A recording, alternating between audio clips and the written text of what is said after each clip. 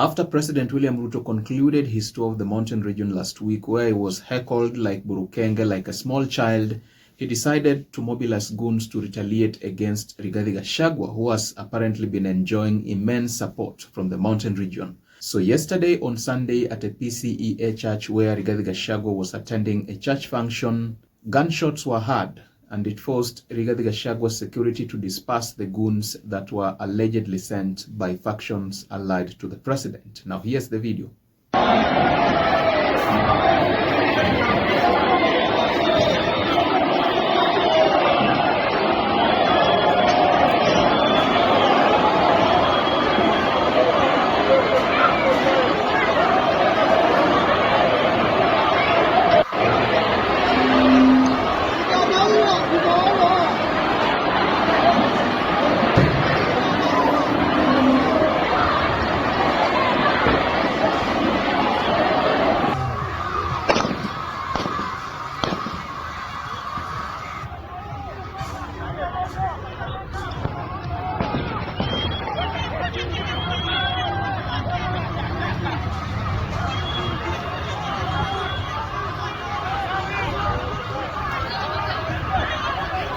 Now, shortly afterwards, Rigathi Gachagua delivered a press statement where he made it very clear that no matter what the president attempts to do at this juncture, nothing is going to stop him and his foot soldiers from ensuring that the must go slogan is accomplished. Even if you eliminate Rigathi Gachagua, nothing will change. It will just complicate your politics more than is already complicated. And we have enough soldiers to carry on with the struggle. You know, you may bring me down if that is what you think will help you, but we have enough soldiers here to carry on with the struggle. So sisi tunakualika ufanye vile unataka. Governor, hawa watu ya Kasarani walikuchagua. You cannot pay them back by kutuma goons kwa kanisa yao. Surely. Doesn't matter how ungrateful you are. If nothing else, watu ya Kasarani governor walikupigia kura, walikupatia mamlaka. How can you send goons in their church when they are raising funds for the completion of their church? It's very insensitive, it's very unkind, and it's something that we don't understand. But doesn't matter lile, kwa hivyo hatuwezi tishu. Na chama yetu iko tayari mwezi ya 5. Sawa sawa?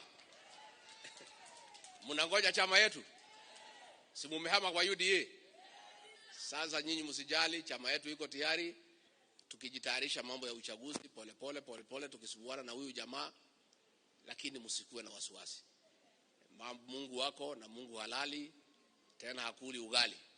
Now, in this video, I want us to look at who might have possibly sent the goons to disrupt Rigathi Gachagua's prayer meeting and the objective that the person who sent the goons had wanted to achieve. And without wasting time, let's get after it.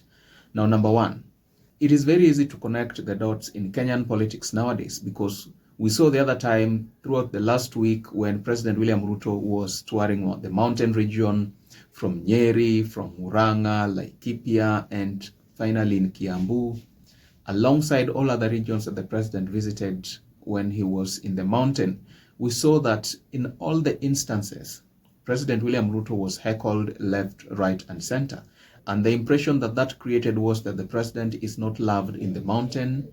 It created an impression that I suggest that the president could have thought that it is Rigathi Gachagua who had mobilized goons and people to heckle him, shout at him and all other things that we saw in the mountain. There are politicians allied to the president who have entertained the idea that it is Rigathi Gachagua, the so-called Wamunyoro, who had mobilized the youths to heckle the president in the mountain.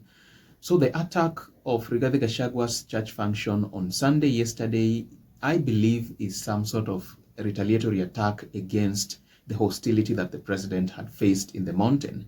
It is very hard to pinpoint fingers and say, okay, it is this gentleman so-and-so who had sent the goons. But we know that in politics, there are certain things that trickles down. I believe that this one had trickled down from the highest office in the land, that is the office of the presidency. So it may not be the president who actually sent the goons, but it could be politicians allied to the president, who, after seeing what the heck that the president went through in Mount Kenya region, decided to disrupt Wamunyoro's prayer meeting by sending goons in the video that you just saw. The objective behind this was to frustrate the former deputy president and to ensure that whatever manner of function that he attends, he cannot be able to deliver his speeches, address the congregation, put forward his objectives, his plans and missions and all that.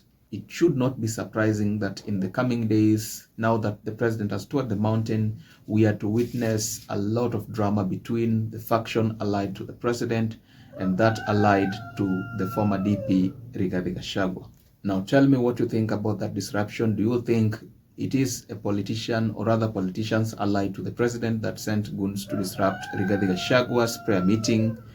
Do you think the heckling that the president received in Mount Kenya was as a result of political mobilization by the former DP Rigathi Gachagua? Do let me know what you think in the comment section below.